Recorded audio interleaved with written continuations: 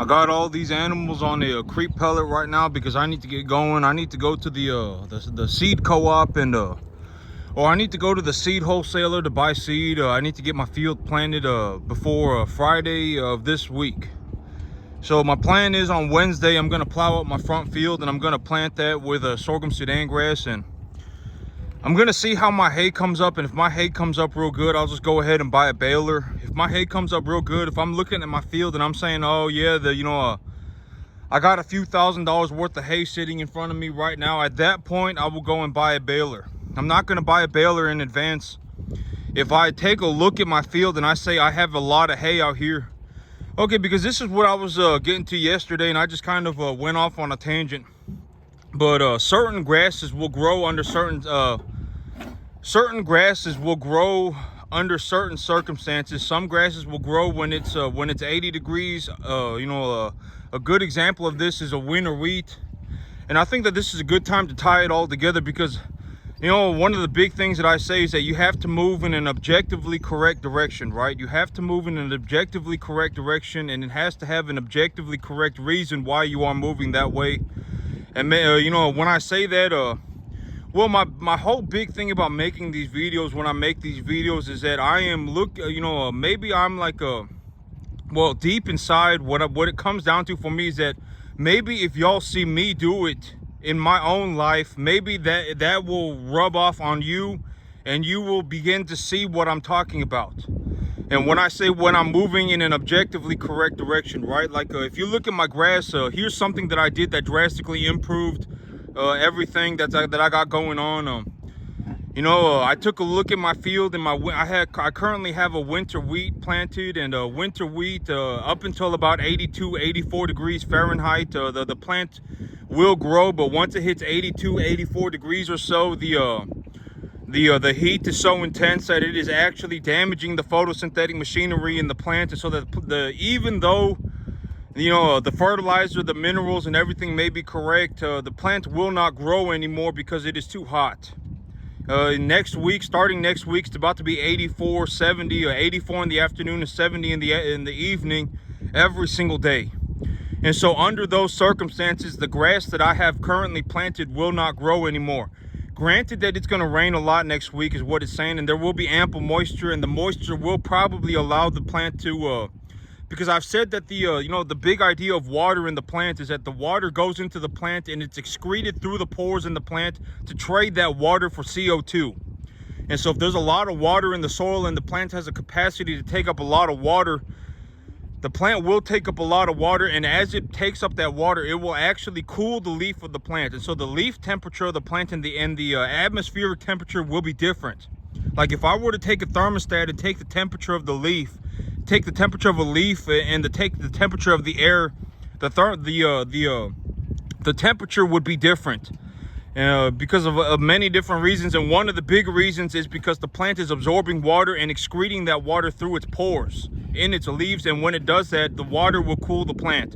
And so granted that there will be enough moisture in the soil for the plant to continue to grow, but when I look at my grass right now, the big thing about my grass is that it is starting to flower, right? It is in the middle of its blooming stage, and at that point of development, the feed qualities of the grass will not stay high will not be in an optimal range for very long. And so even if I continue to grow the grass, and even if the grass does not die and it continues to grow, pretty soon here I will be in a situation where the grass that is growing is not a good enough quality grass to put the proper diet in my animals, or put the proper amount of weight on my animals.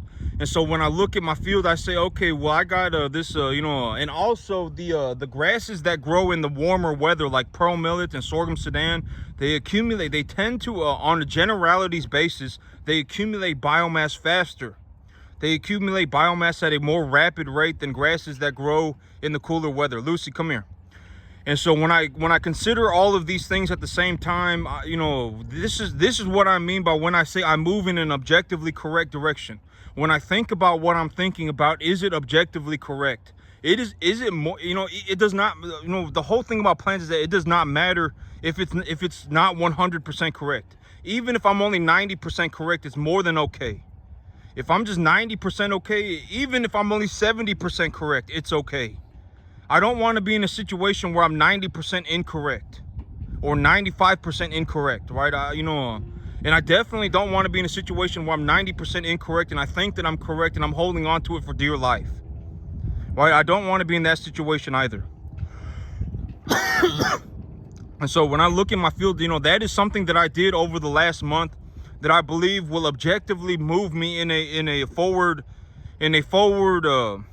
objectively move me in the correct direction. Lucy, come here. My I had a winter wheat planted. The weather is going to be this, and the developmental stage of the grass is this, and if I plow this up and I plant a warmer season grass, I can accumulate biomass at a more rapid rate, and et cetera, right? That is why I did what I did. My objective reason why I am moving in a forward direction, objectively moving in the correct direction. And so the whole thing about the baler is that if I'm Lucy, come here. If I'm looking at my field, and I have, several $1,000s worth of hay, I will buy the baler at that point. Because I need hay every single year. I buy hay, right? I'm gonna need hay as long as I'm in the cattle business. I would just anticipate that I'm gonna buy hay for the rest of my life. I will need it into infinity and beyond. And so I'm going to, if it comes down to it, if I'm looking at a field and I say I have a lot of hay on this field, I will go and buy a baler at that point. But that's what I mean by do not put money into something. One of my big business philosophies, right? Lucy, if you watch my business, I'm like, maybe because maybe if y'all see me do it in real life, it will start to rub off on you. But a vast majority of people, they are mentally stuck in so much just nonsense. They are just mentally, they are mentally stuck in la la land and nonsense that they will never recover, ever. It does not matter what anyone does. I could show up and try and save you and whatever, and you will not be able to be saved under any circumstance. I mean, you are stuck there forever. Most people are. And when I make these videos, I'm like, maybe, if I show y'all how I do it, maybe that will rub off on you, and maybe you'll be like, oh, this guy's actually doing it in real life, right? This guy's actually doing it. I mean, he's doing better today than he was last week. He's doing better today than he was last month. He's doing better today than he was last year. He's doing better today than he was 2 years ago. Objectively, I just am, right? I would say that I'm doing I'm doing better, right? I'm doing better than I did last week. I got my field worked, and I got these animals all fixed up and everything. And maybe if I show y'all how I do it, then it will rub off on you, and you'll go, oh my God, this guy's actually doing it in real life, and you will get to see what I'm talking about. But most people, I would almost guarantee it does not matter. Most people are stuck mentally in la la land, and they will be stuck there until they drop dead, legitimately. Because here's the thing: is that I don't get anything. I don't benefit anything from people failing, right? If anything, I would love to see more people succeed. I would love to see more, because I would love to see more people succeed, right? I mean, why not? I mean, if I had the choice between saving the world and seeing the world explode tomorrow, I would choose to save the world. I'm not like some pathetic person that thinks that if the world fell apart, it's going to be some la la land journey. If the world fell apart, I mean, it would be a horrible situation. People would be dying all over the place. I mean, it would be a horrific thing. If the world fell apart tomorrow, I mean, it would be horrific. It would not be this mystical journey. I mean, yep. I mean, if I could see the world, if I got the choice, if it was my choice between seeing a whole bunch of people succeed and a whole bunch of people fail, I would choose to see people succeed. I genuinely would, sincerely, from the deepest part of my soul, I would choose to see people succeed. I'm not sitting around hoping that people fail, holding on to some pathetic dream, scheming up some pathetic plot. I'm not, that's not me. I'm not sitting there just going, I fell out of heaven to seven and whatever it may be. I'm not doing that, right? But this is what I mean by moving in an objectively correct direction. It does not matter what it is. These animals over the last month, when I first bring them in, I now give my animals all a shot of ivermectin, parasiticide medication, anti-parasitic medication. And when they get here, I also take their temperature. I take their temperature, and if they're over a 104 point, well, it depends on what color their coat is. And you know, you really want to get out here when it's nice and cool outside early in the morning to take their temperature, because if you come out here in the afternoon and it's real hot and they got a black coat, the temperatures are all going to be running high. You're going to go, oh my God, why are all my animals at a 104? Oh my God, everybody must be sick. But you know, that's not true. It's just hot outside and they got a black coat, and they're doing okay. You know, just make sure they got plenty of water. They're not gonna drop dead or anything. You know, you really want to get outside when it's nice and cool outside to take the temperature. But yesterday, so my little bottle calf was having diarrhea. I walked in there and I took a look. I got her in the trailer, and I got her in the trailer, and I was taking a look at the bedding on the floor, and she was starting to have pretty severe diarrhea. And so but she's not really coughing. And so what I did yesterday was I gave her a sulfamethazine tablet. If you go to the veterinarian, I remember the veterinarian was telling me something about this, but I bought the medication about 1.5 years ago, and so I completely forgot about it. It was sitting on top of my table. And the veterinarian was telling me that I remembered, because, you know, a couple days ago, I had that one animal die from just extreme diarrhea, the worst diarrhea that I've ever seen in my life. I'm not exactly sure what happened. But when I saw my little bottle calf and she was having diarrhea and she wasn't coughing. So this is the thing about diarrhea, is that sometimes the animals will have diarrhea, but they won't be coughing. And my little bottle calf was starting to do that again yesterday. And so with her, I gave her a sulfamethazine tablet. It's a tablet that they need to ingest orally. And so I gave her a sulfamethazine tablet, and as of this morning, she seems to be just about okay. I would say she's about 80% better. And so that was something that, you know, because I was like, I need to do something. If I leave this animal, she's going to die. I've already seen an animal die from diarrhea. I gave that animal a shot of Zactran, and the animal wasn't coughing, but the animal was having severe diarrhea. I remember the symptoms very clearly, and the diarrhea was very severe. And the little girl, she was starting to have diarrhea. She was having pretty severe diarrhea, and she wasn't coughing. It was pretty similar. Pretty similar symptoms. And so what I did was, instead of giving her a shot of antibiotics, I gave her a sulfamethazine tablet, and that seems to have fixed her up. That sulfamethazine tablet seems to have fixed her up. Her appetite is back. She's chewing on food. She's drinking milk, and she just looks better. Her eyes, she follows me around. You know, she's not just laying there sick. She's not just laying there trying to sleep. She gets up and she'll follow me around and stuff like that. And so she looks like she's doing better, about 80% better. And so that's one thing. I'm not giving anybody any recommendations on cattle medication. If you want recommendations on cattle medication, go and ask your veterinarian. That's what I did. You know, when I showed up at the vet, I didn't even know what Zactran was. I didn't even know I didn't even know what sulfamethazine was. But when I showed up at the veterinarian, they told me about Zactran. They said, oh yeah, you know, we treat BRD with Zactran. Oh, how many animals are you bringing in? Are you bringing in cell barn animals?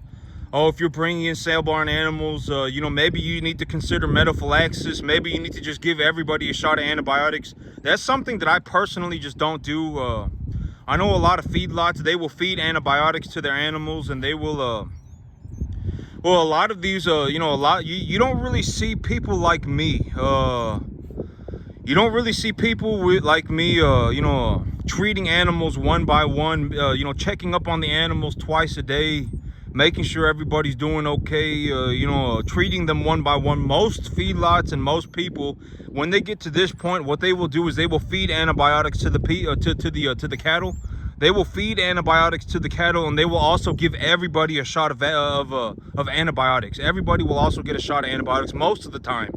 You're not really going to see people like me, you know, taking cattle into the chute one by one and making sure everybody's okay on, you know, well, I mean, most cattlemen do make sure that their cattle are okay every single day. But for most people, I'm not even going to say for most people, because I don't know, how am I supposed to know if that's completely true? But from what I've seen, I know that in the feedlots, feeding antibiotics is a very common practice. feeding antibiotics is a very common practice, and metaphylaxis is also a very common practice. When the animals get here, they all get a shot of antibiotics. That's also a very common practice, but that's something that I personally don't do, not yet. If I feel like I need to do that at one point in my life, I will do it, but as of right now, I feel like I can handle it. I understand that I've had 2 animals die. One was entirely my fault, and the second one was also entirely my fault, but I just was ill-equipped. I lacked the experience. If I had known that the sulfamethazine tablet was going to do a lot more for the animal than a shot of Zactran, I would have given the animal the shot of sulfamethazine. Or excuse me, I would have given the animal a tablet of sulfamethazine. I did not know that. His condition may have also been completely, it may have been completely treatable. I just did not know. But this is also the thing. A lot of people don't understand. The thing about antibiotics is that if we as a, instead of talking about cattle, if we were to talk about human antibiotics, if people had a minor infection, almost everybody has taken antibiotics at one point in their life. Almost everybody has. If somebody had a minor infection, something like severe diarrhea, and the doctor gave them antibiotics for it, let's just say they had maybe they had salmonella, maybe they had E. coli, whatever it may be, and the doctor gave them antibiotics for that diarrhea, and the doctor said, you need to take these antibiotics. If that person did not take the antibiotics, they could have died. Very well likely would have died. This is what I'm trying to show people about antibiotics. It does not matter if you're talking about cattle. It does not matter if you're talking about people. If the doctor, or if it comes down to a situation where you need antibiotics, if you do not take the antibiotics, there is a very realistic chance that you will die. Even if it is a very minor infection. You may have some very, very, very minor pneumonia. You may have E. coli, you may have salmonella, you may have pink eye. If you have pink eye and it's bad and the doctor gives you antibiotics and you do not take the antibiotics, your eyeball may explode. Your eyeball might legitimately explode and fall out of your head. Legitimately, it might. Right? There is a very real possibility that could happen, And that's the same thing with cattle. If they need antibiotics, it's good to just give them the antibiotics. Do not be worried about, oh my God, I can't believe, these animals are getting antibiotics. If we replace the word cattle with humans, and if you said, oh, humans should not take antibiotics, because humans are some mystical, magical creature that does not get sick, and they just fell on the earth, and they are just protected by some divine hand, and they will never get sick, never need antibiotics. If we talked about human antibiotics the way we talk about cattle antibiotics, people would think that was a horrible, it would be like cruel, right? It would be like, you could have saved this person by giving them antibiotics, but instead of giving them antibiotics, you felt like they were some mystical, magical creature, and you didn't give them the antibiotics and they died, or their eyeball exploded, or whatever it may be, right? It would be very, very, very not good. And it's the same thing with the cattle. If they look like they need antibiotics, just give them the antibiotics. I would say at the end of the day, about a quarter to a third of my animals need a shot of antibiotics. At the end of the day, about a third to a quarter of them do. I'm just gonna be honest, but if you really take a look at the human population and you ask the human population, did you ever need antibiotics at any point in your life? Almost everybody's gonna say yes. Oh yeah, I remember when I was 7 years old, I had a real bad lung infection, and I had a real bad lung infection, or I had a real bad sinus infection, or I had pink eye, or I had a real bad cut and it was starting to turn I had an infected wound and I needed antibiotics. Almost everybody's gonna say, almost everybody's gonna say yes, at one point in my life I did need antibiotics. Almost everybody is, and I'm just gonna be honest. These cattle, a majority of them, at one point or another, they will probably need a round of antibiotics. I would say just be maybe about half of these animals, maybe a little bit more, but I would say about a quarter to a third of my animals do end up needing a shot of antibiotics, and it just is what it is. If I don't give it to them and they get sick and they die, I mean that's not a very good solution. And so it's the same way with cattle antibiotics as it is for human antibiotics. If the doctor ever gives a person antibiotics and they don't take the antibiotics, there is a very realistic possibility that they die. It might be very minor. It may be a very minor bacterial infection. They'll still die. You'll still die if you don't take the antibiotics. And so, yep, the little girl's doing better. But that's one thing that I figured out is that I remember the doctor was telling me something about this. But if they have a real bad diarrhea, if they seem like they have real bad diarrhea, give them the sulfamethazine. But I'm not giving anybody any suggestions. I'm saying that is what the doctor told me. And if you want recommendations for cattle antibiotics, you should go to the vet and ask him yourself. But I'm going to say that the sulfamethazine worked for my little bottle calf. But she was starting to have diarrhea. I sat there and I thought about, oh my God, what am I going to do? Right? I'm not going to say, well, oh my God, what am I going to do? Because I just sat there at the table. I just collected myself and I said, I need to do something for my animal. I need to do something for my animal that is objectively going to be more correct than incorrect. You know, if I just sat there and did nothing, that would be incorrect. I've already seen an animal die from diarrhea. I don't want that to happen again.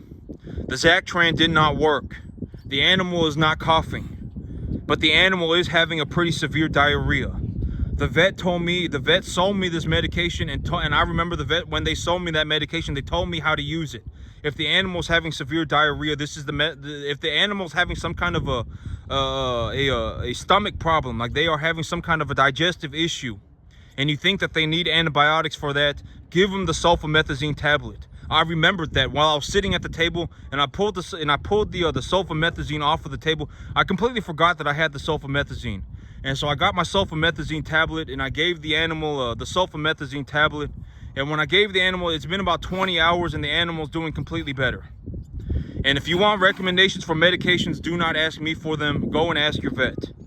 You know, because I'm not giving anybody any recommendations for medication. I'm just saying that this is what I did. And it's been about 20 hours and it worked. And so that's it for me today, YouTube. Y'all have a good one.